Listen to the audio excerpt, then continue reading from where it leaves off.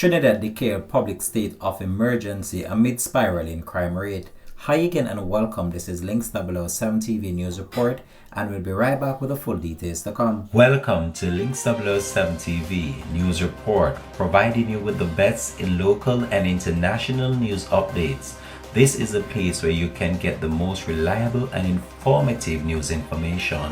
Links 007 TV News Report. Welcome back and thanks for joining us. This is Links 007 TV News Report.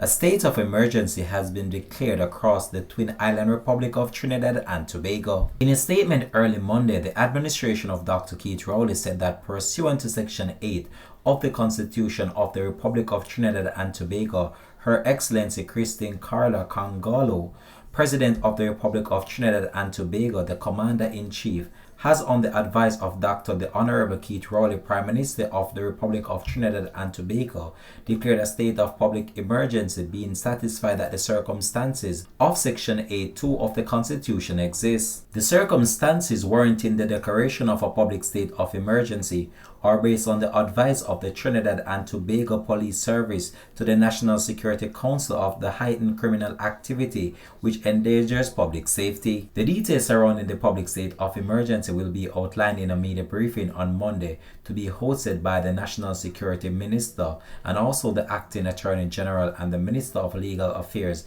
and the Minister of Energy and Energy Industries.